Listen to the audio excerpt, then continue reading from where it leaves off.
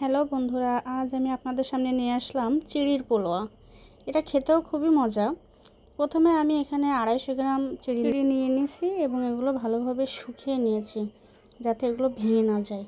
পরে এখানে আমি উপকরণগুলো নিয়েছি, দেখেন গাজর নিয়েছি, কাঁচা ঝাল নিয়েছি, আলু নিয়েছি, ক্যাপসিকাম নিয়েছি এবং অনেকগুলো পেঁয়াজ নিয়েছি। এখানে আমার অনেকগুলো পেঁয়াজের প্রয়োজন এবং 2 টুকরা গরুর মাংস নিয়েছি। এই গরুর মাংসগুলো ছোট ছোট করে পিস করব আমি। দেখেন এখানে দেখিয়ে দিচ্ছি, ছোট ছোট করে পিস করে নিয়েছি যাতে সিদ্ধ হতে ভালো সুবিধা হয় আমার।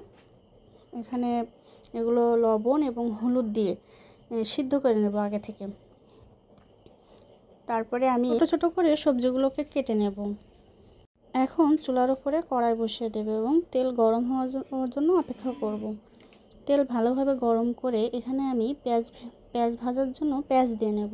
এখানে আমি সবগুলো পেঁয়াজই দিয়ে দেবো, কারণ আমার পেঁয়াজের বেরেস্তা করা লাগবে, সেজন্য আমি সবগুলো পেঁয়াজই ভেজে নেব। দেখেন সুন্দর করে ভাজতে হবে এগুলো, যাতে লালচে বাদামি কালার হয়, কারণ বেরেস্তা করতে গেলে আমার এই পেঁয়াজগুলো লাগবে অবশ্যই। খেয়াল রাখবেন আবার যেন বেশি পুড়ে না যায়। দেখেন আমার এখানে বেরেস্তা প্রায় কমপ্লিট হয়ে গেছে। আমি এখান থেকে অর্ধেকটা উঠিয়ে রাখবো। দেখেন আমি এখানে উঠিয়ে রেখেছি। বাকি পেঁয়াজগুলোর ভিতরে আমি ওই সবজিগুলো সবগুলোই অ্যাড করব। ভালোভাবে নেড়ে চেড়ে নেব।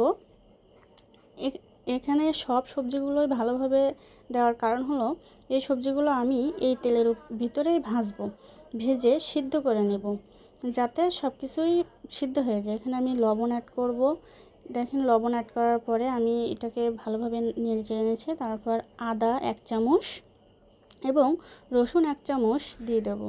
দিয়ে আমি এটাকে ভালোভাবে ভেজে নেব, মশলাগুলোকে ভালোভাবে কষিয়ে নেব। তারপরে দিয়ে দেবো তেজপাতা কিছুটা আর ডাল ফল এলাচ দিয়ে দেবো। দিয়ে ভালোভাবে এটাকে মিশিয়ে নিতে হবে। আমি এখানে অ্যাড করব গরম মশলার গুঁড়া, জিরে মরিচের গুঁড়া দিয়ে আমি এই মশলাগুলোকে ভালোভাবে কষিয়ে নেব।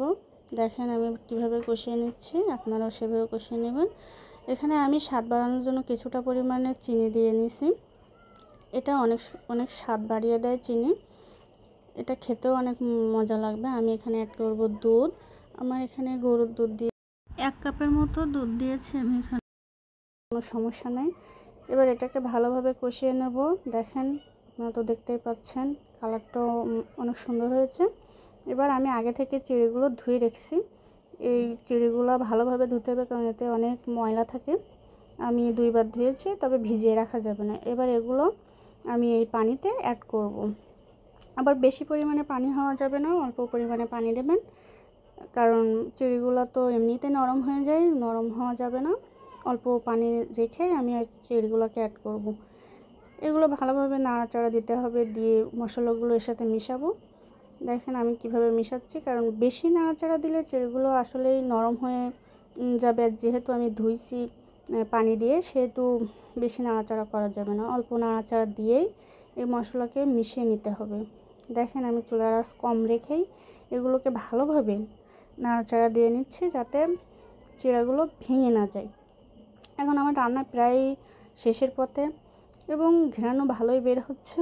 আপনারা দেখেন আমার পরিবেশনও করা শেষ। এখন ওই যে বেরেস্তাগুলো রেখে দিয়েছিলাম, এইগুলো আমি উপর দিয়ে ছড়িয়ে দেব। এতে ফ্লেভারও অনেক ভালো আসে, খেতেও মজা লাগে। দেখেন আমি কিভাবে দিয়ে দিচ্ছি। পরে একটু ঢাকনা দিয়ে দেব যাতে ফ্লেভারগুলো ভালোই আসে। দেখেন আমার এখানে প্রস্তুত হয়ে গেছে। এখন একটু পরিবেশন করার পালা। আমার তো দেখেই অনেক ভালো লাগছে। আপনারা একবার হলেও বাসায় এটি ট্রাই করে দেখবেন। ইনশাল্লাহ এটা আপনাদেরও অনেক মজা লাগবে। ভালো থাকবেন সবাই, সুস্থ থাকবেন।